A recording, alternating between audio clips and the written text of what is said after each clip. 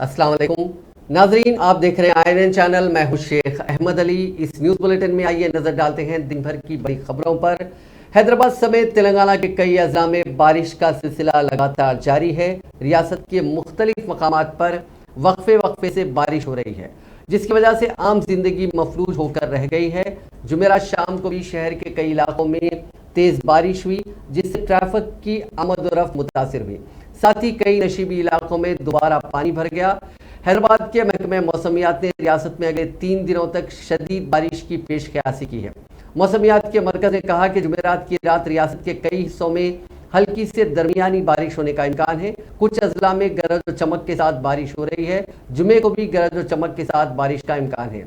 महकमे मौसमियात ने पेद्दपल्ली, जयशंकर, भूपालपल्ली, मुलुक, भद्रादरी, कोत्तगुडम, खम्मम, नलगुंडा, सूर्यापेट, महबूबाबाद, वरंगल अजला में बारिश की पेशकयासी की है। रियासत के बाज़ अजला में मूसलाधार बारिश के पेश नज़र येलो अलर्ट जारी किया गया है।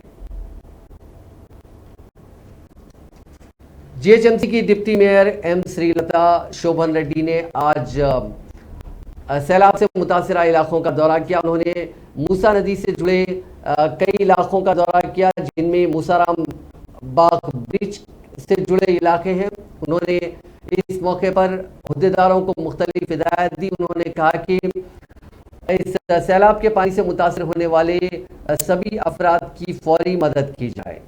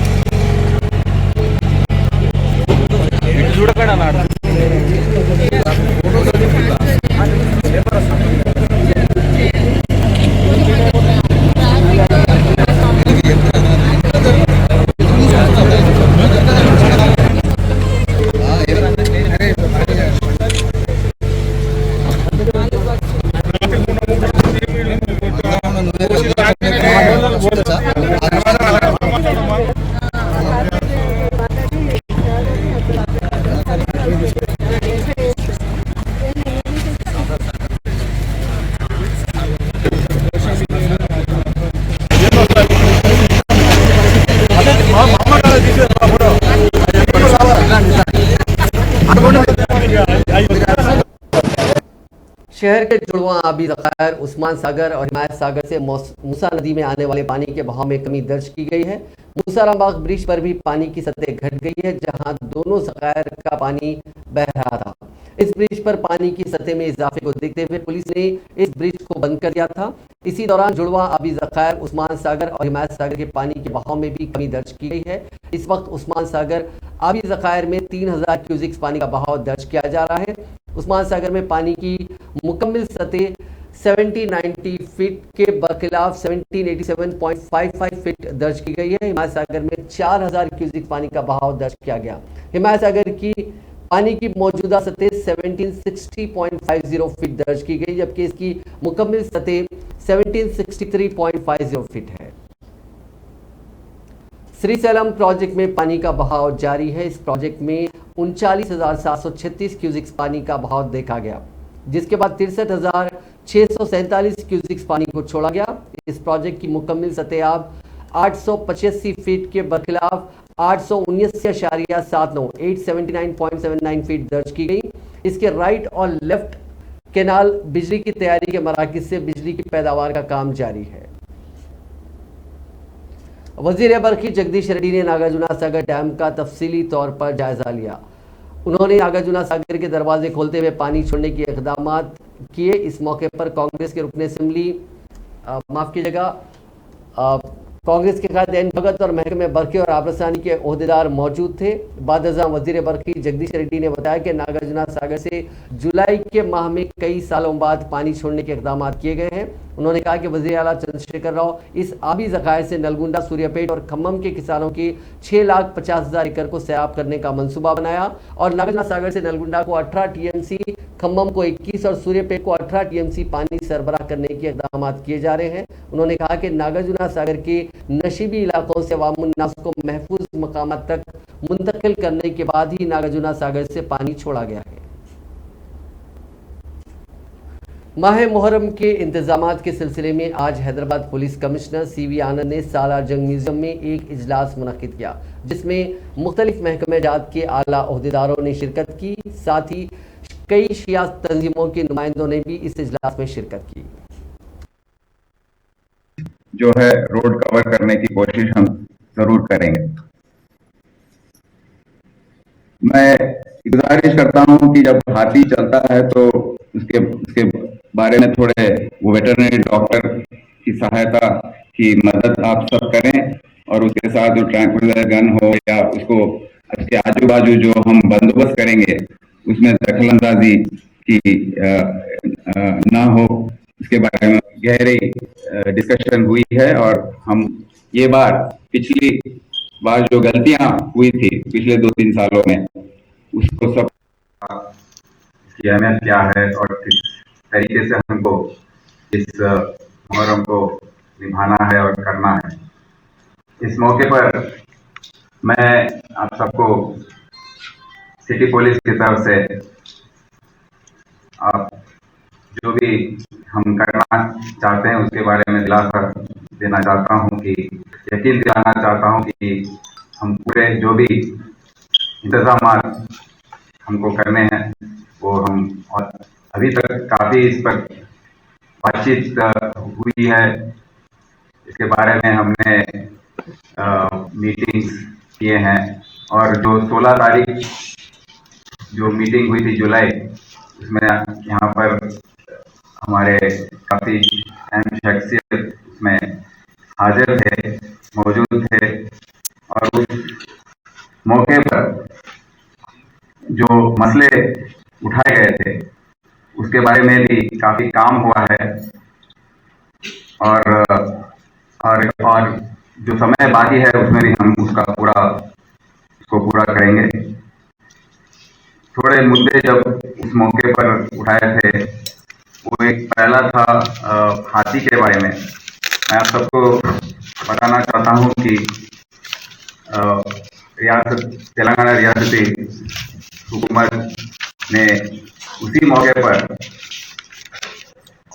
जियो जारी करने का निर्णय लिया था और जियो को अमल में लाया था और उस मौके पर महाकाली यात्रा के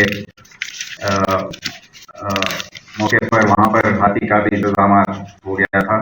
और यहाँ पर भी इसके लिए जो मुश्किलें हम पिछले साल उसके पहले भी देख रहे थे वो सब दूर करने के लिए हुकूमत की तरफ से सबकी ताउन के साथ वो जियो जारी हो चुकी है। तो अब हाथी को लेके आने में मैं गुजारिश करता हूँ उसको 1-2 दिन पहले ही लेकर आने के लिए, उसको जरा आराम मिले, खाना पीना सब देख लें, क्योंकि मैं करूँगा इंतजाम हमेशा होते आ रहे हैं और इंशाअल्लाह ताला इस साल भी बेहतर इंतजाम होंगे। मैं अपनी कौम की तरफ से नुमाइंदगी करने के लिए यहाँ हाजिर हुआ हूँ।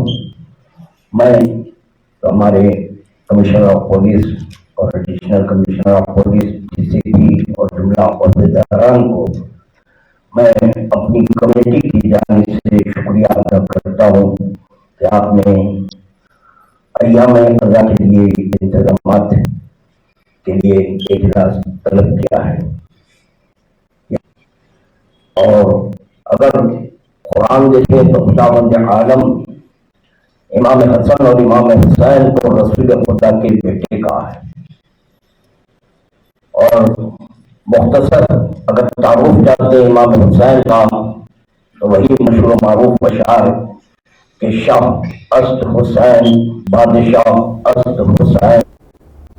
रियासती वुज़रा इंदिरा करण रेड्डी और सबिता इंदिरा रेड्डी ने रंगारेड्डी जिले के महेश्वरम मंडल में अर्बन फॉरेस्ट पार्क का इफ्तिताह किया।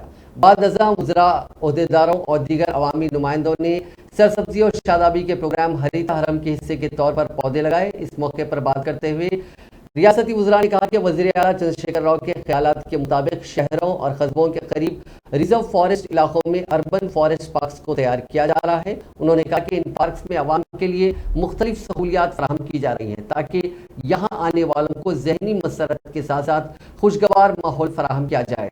ऐसे पार्क हैदराबाद के चारों तरफ बनाए जा रहे हैं। नागाराम अर्बन फॉरेस्ट पार्क को बैरूनी रिंग रोड से 7 किलोमीटर दूर महेश्वरम मंडल के पेद्दपोली नगर में 556 हेक्टेयर के इलाके में 8 करोड़ 17 लाख की लागत से तैयार किया गया है। उन्होंने कहा कि entry plaza, visitors pathway, safari track, watch tower, gap plantation, forest area में प्रोटेक्शन वॉल, बोरवेल पाइपलाइन और दीगर सहूलियात फराहम की गई है। गवर्नर तेलंगाना डॉक्टर तमिलिसाई सौंदरराजन ने तमाम से अपील की है कि वो बड़े पैमाने पर शजरकारी के जरिए ज़मीन का तहफ़्फ़ुज़ करें क्योंकि दरख्त मिट्टी पानी के तहफ़्फ़ुज़ में मदद देते हैं और इससे ज़मीन को रेगिस्तान बनने से रोका जा सकता है। उन्होंने अपने ट्वीट में कहा कि आलमी यौम तहफ़्फ़ुज़ फितरत के मौके पर हमें माहौलियात और उसके कुदरती वसाइल के तहफ़्फ़ुज़ के बारे में बेदारी पैदा करनी चाहिए। साबिक़ सदर तेलंगाना प्रदेश कांग्रेस कमेटी पुन्नला लक्ष्मैया ने रियासती हुकूमत पर इल्ज़ाम लगाया कि गोदावरी का 2000 टीएमसी पानी समंदर में ज़ाया हो रहा है। आज मीडिया से बात करते हुए पुन्नला लक्ष्मैया ने कहा कि कालेश्वरम प्रोजेक्ट से तेलंगाना को कोई फ़ायदा नहीं पहुंचा बल्कि वज़ीर आला चंद्रशेखर राव के ख़ानदान को करप्शन की शक्ल में बेहतरीन रोज़गार हासिल हो गया। साबिक़ वज़ीर आपाशी पुन्नला ने कहा कि वज़ीर आला ने गैर दानिशमंदी की वजह से रीडिज़ाइनिंग के बायस कालेश्वरम प्रोजेक्ट बनाया जिसके बायस आज तेलंगाना सैलाब से दो चार है।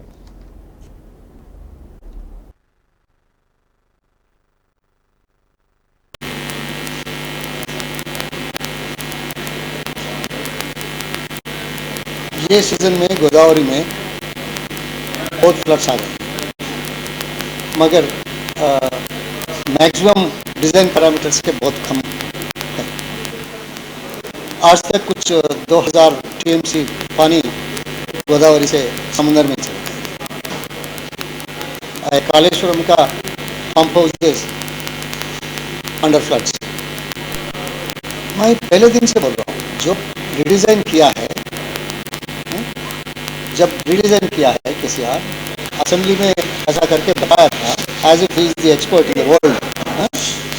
सो मैं बोला दिस इज ये प्रोजेक्ट काम में नहीं आता। एक बूंद का पानी भी यूज़ नहीं कर सकते 3 साल से। ये कलवकुंटला फैमिली का कमीशन के लिए कर दिया, वो कर दिया मगर प्रचार करना दूसरा का है। जो बोलता है वो नहीं करता, जो करता है वो नहीं बोलता। इनएक्सपीरियंस है और एरोगेंस भी है। ऐसे आदमी ये तो आज का देखिए ये सीजन में एलएमडी सक्सेस हो रहा, मिडमार सक्सेस हो रहा मगर मलाना सागर और ये कोंडापोचम्मा उसको फिलअप नहीं कर रहा। वहाँ किसी को जाने ही नहीं देते। लास्ट ईयर ब्रिज आया, पानी चले गया और bad construction and on top of it there is no dam break analysis for these projects. वो मैदान एरिया में कर दिया ये प्रोजेक्ट। दुनिया में ऐसे मैदान एरिया में इतने बड़ा बड़ा कैपेसिटी रिजर्वायर्स कोई भी नहीं बना। एक ही it's only possible with KCR. तो अगर कुछ हो गया और प्रॉब्लम आ जाएगा, इसके वास्ते वो पूरा कैपेसिटी 1 साल में मैं फिलअप करता हूँ बोल के बोला हुआ नहीं करा। सो ये तो बेकार की बात है। ये किसी को जाने नहीं देते, किसी को बात नहीं करने देते, किसी को फैक्ट्स नहीं देते। अभी कोई पूछ रहा कितना टाइम लगता, अरे वो लोग तो कुछ तो बोलता है, ये लोग एक्सपर्ट्स कुछ नहीं और कुछ बोलेंगे हैं, बीच में हम बोले तो पॉलिटिक्स बोलते हैं। यही प्रॉब्लम है ना। धन्यवाद।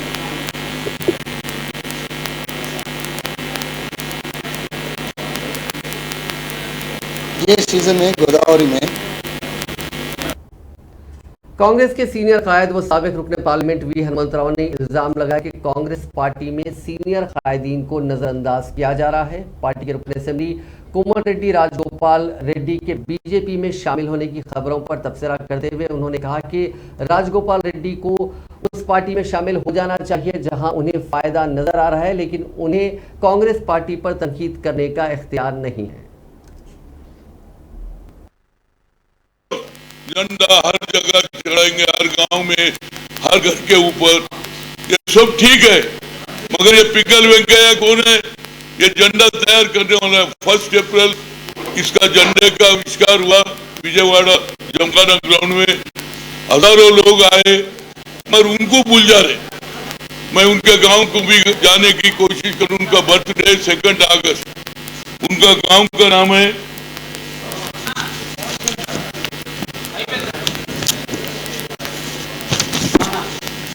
कृष्णा डिस्ट्रिक्ट में, उनका गांव है बत्तपुरम गांव को जा रहा हूँ। इससे पहले भी मैं 1 अप्रैल जो जातीय झंडा चढ़ा है वहां पर भी मैं जाके आया। उनका जो गांव में नंदीगुड़म में जो झंडा तैयार करा वो गांव में भी जाके झंडा चढ़ा गया। मैं एक ही गुजारिश कर रहा हूँ कांग्रेस पार्टी के नेताओं को, पीसीसी प्रेसिडेंट को, मानिक ठाकुर को, वेणुगोपाल को बोल रहे, अपन भी इस तेलुगु का एक आदमी इस देश का आजादी के पहले, आजादी के जमाने में कौन सा फ्लैग रहना, देश आजादी हुए तो ये झंडा तैयार करे, उसको हर एक आदमी इज्जत करते हैं। मगर यही बात हमारे Kishan Reddy cultural affairs minister को भी लेटर लिखा, यही एक काम भी लेना चाहिए। जब आजादी के अमृत उत्सव में जो पिंगल वेंकैया साहब को भूल गए तो रियल झंडा तैयार करे तो वाले को इज्जत नहीं दिए तो कैसे उनका फैमिली मेंबरों को बुलाना और उनको इज्जत देना, ताकि सही मानों में जातीय झंडा तैयार कर नेशनल फ्लैग करे तो वाले को सही इज्जत मिले। तो लोग उत्तर भारत में भी ये पता लेना, तेलंगाना में, आंध्र में तेलुगु वाले ये देश के वास्ते आजादी में लड़े, ये पता चलने के वास्ते उनसे भी गुजारिश करूं। साथ ही साथ 2 अगस्त उनका बर्थडे पिंगल वेंकैया का, वो भी कांग्रेस पार्टी हर घर के ऊपर झंडा चढ़ाएंगे। तो अपने को भी एक हाईकमांड उत्तर भारत में बता सकते, देश की आजादी में हमारा भी कंट्रीब्यूशन है, सिर्फ बीजेपी वाले हम ही करे नहीं, जातीय झंडा तैयार करे वाले, देश को आजादी दिलाने वाले कांग्रेस पार्टी है जिसका नेतृत्व करे महात्मा गांधी, ये सबको इज्जत देने का। नेशनल डिजास्टर मैनेजमेंट अथॉरिटी के साबिक सदर नशीन मर्री शशिधर साबिका नायब सदर नशीन मर्री शशिधर रेड्डी ने इल्जाम लगाया कि Telangana state disaster management authority की पिछले 8 सालों में एक भी मीटिंग नहीं हुई।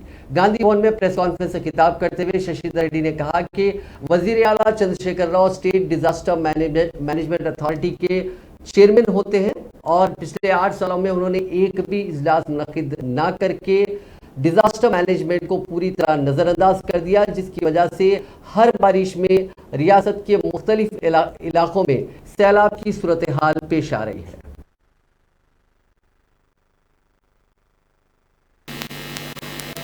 तेलंगाना की सरकार डिजास्टर मैनेजमेंट के मामले में बहुत ही लापरवाही कर रही है।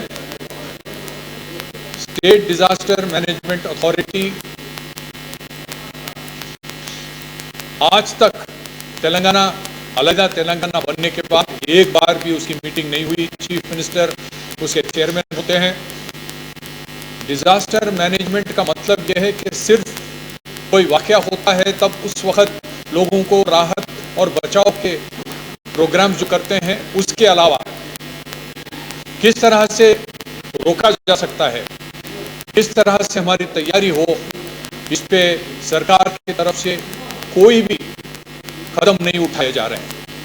मैं बहुत सख्त लफ्जों में इसको कंडेम करता हूं। बाढ़ की जो सिचुएशन तेलंगाना में रही,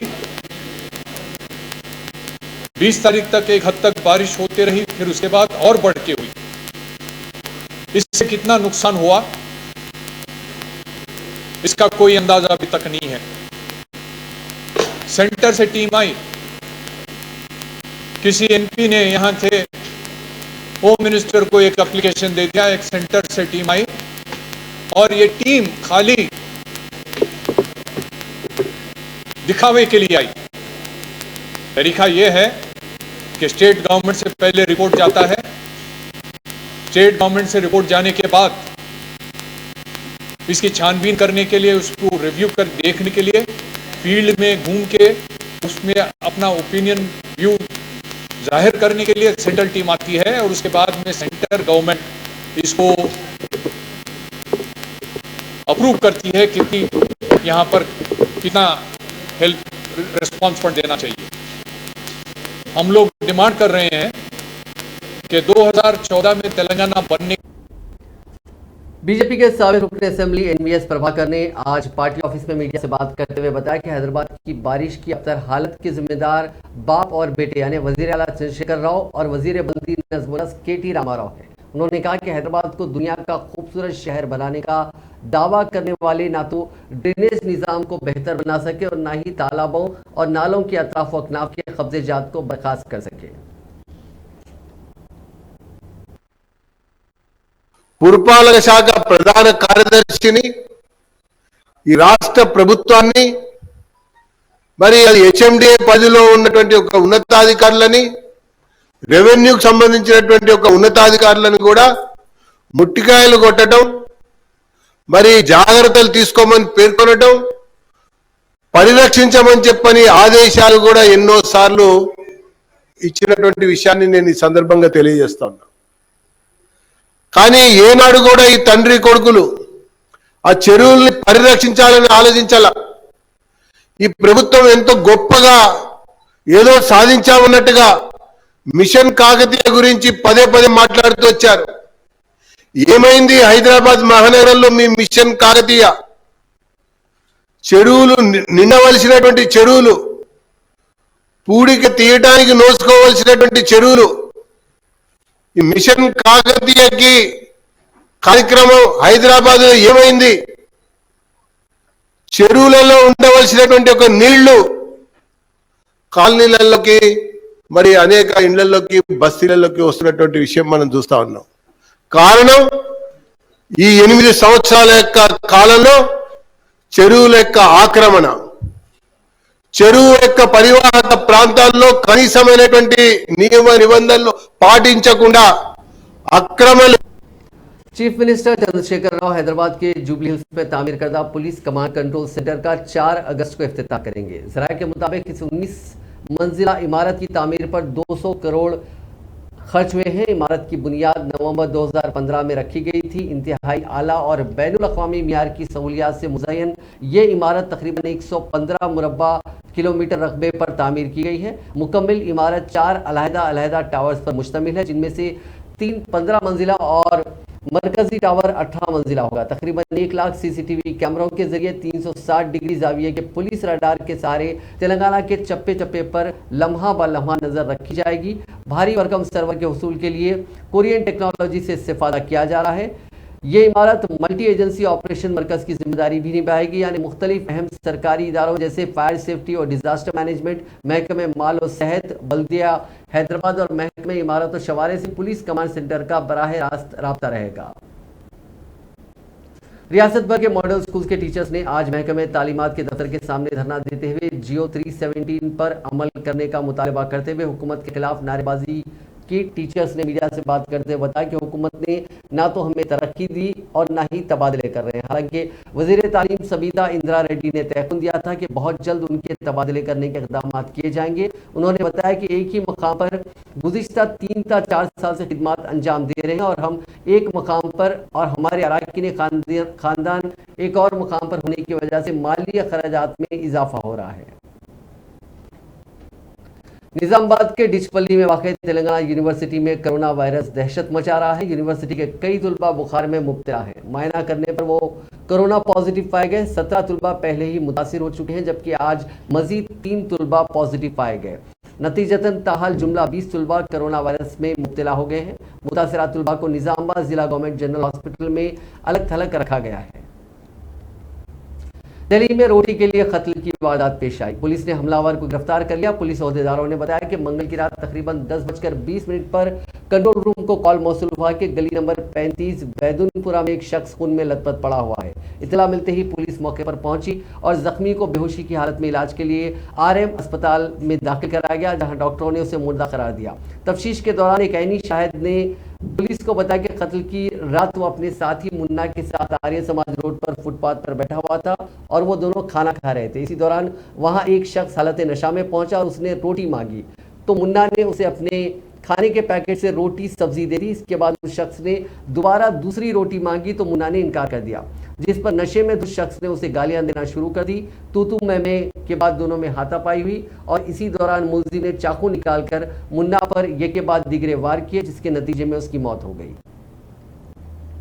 फैजा पुलिस स्टेशन में निर्मल जिले के एडिशनल SP किरण खरे ने रूरल सर्कल इंस्पेक्टर चंद्रशेखर और कोहिर सब इंस्पेक्टर मोहम्मद शरीफ के हमरा एक पुरहुजूम प्रेस कॉन्फ्रेंस के दौरान मौजू निगवा के अस्मत रेजी वाक़े के मुलजिम को मीडिया के नुमाइंदों के रूबरू पेश किया और कहा कि बरोज़ मंगल यानी 26 जुलाई को मौजू निगवा की ST तबके की खातून ने अपनी जमात चाहरुम में ज़ेर तालीम 9 साल नाबालिग लड़की के साथ अस्मत रेजी होने की शिकायत दर्ज करवाई थी, जिस पर मामले की तहकीकात के लिए भैंसा रूरल सर्कल इंस्पेक्टर चंद्रशेखर और कोई सब इंस्पेक्टर मोहम्मद शरीफ ने फौरन मुतहरिक अंदाज में हक़ाइक़ को मंजर आम पर लाया। अस्मत रेजी का वाक़या 23 जुलाई हफ्ते के रोज शाम के वक्त पेश आया, जब मुतासरा लड़की को खेलने के दौरान उसी मौजू निगवा का 70 साल बी विठल नामी मोहम्मद शख्स अपने मवेशियों के शेड में ले जाकर दरिंदगी और हवस का शिकार बनाया, लेकिन मुतासरा लड़की डरो खौफ में मुब्तला होकर खामोश रही। 26 जुलाई को जब उसकी तबीयत खराब होने लगी तो ये पूरा मामला सामने आया और पुलिस ने मामला दर्ज करके मुलजिम को गिरफ्तार कर लिया।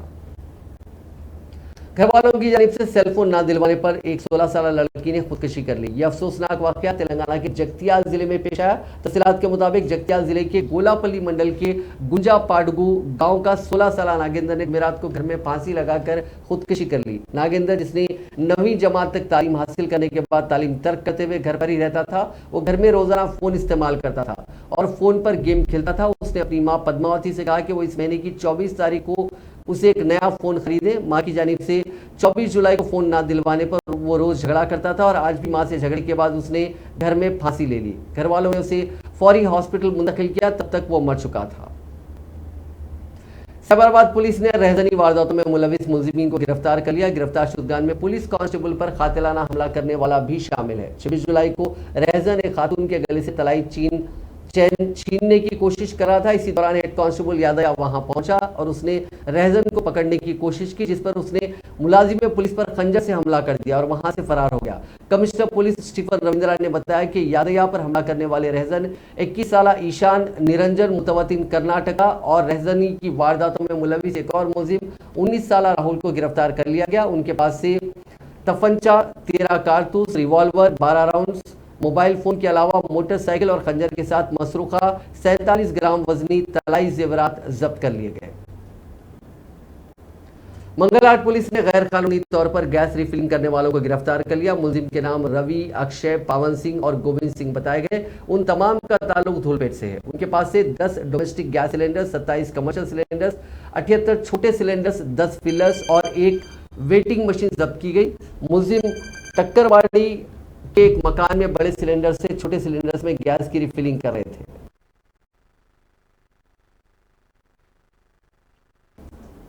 खुद को NRI जाहिर करते हुए खुफिया तौर पर 5 शादियां करने वाले शातिर मुलजिम को आंध्र प्रदेश की पुलिस ने गिरफ्तार कर लिया। यह कार्रवाई गुंटूर दिशा पुलिस ने अंजाम दी। पुलिस ने मीडिया को बताया कि पालनाडु जिले के क्रूसूर मंडल के मौजू इंदाकोर से ताल्लुक रखने वाला सतीश बाबू ने खुद को अमेरिका में सॉफ्टवेयर इंजीनियर जाहिर करते हुए गुंटूर के रविंद्रा नगर की रहने वाली श्री लक्ष्मी से जारिया साथ 16 जून को शादी की। शादी के कुछ दिन तक वो ठीक ठाक रहा। उसके बाद उसने 80,000 का अपनी बीवी से मुतालबा किया। बसूरत दीगर उसने तन्हाई में गुजारे हुए बेडरूम्स के वीडियोस और तस्वीर इंटरनेट पर डाल देने की धमकी दी।